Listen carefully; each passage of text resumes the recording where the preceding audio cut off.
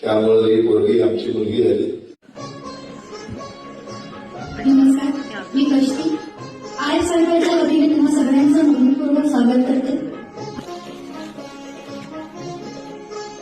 आम्ही आज जे काही एक छोटीशी भेटवस्तू दिली आहे ती आपल्या आविष्कार शाळेच्या दिव्यांग मुलांच्या हस्तकौशल्यातून साकारलेली आहे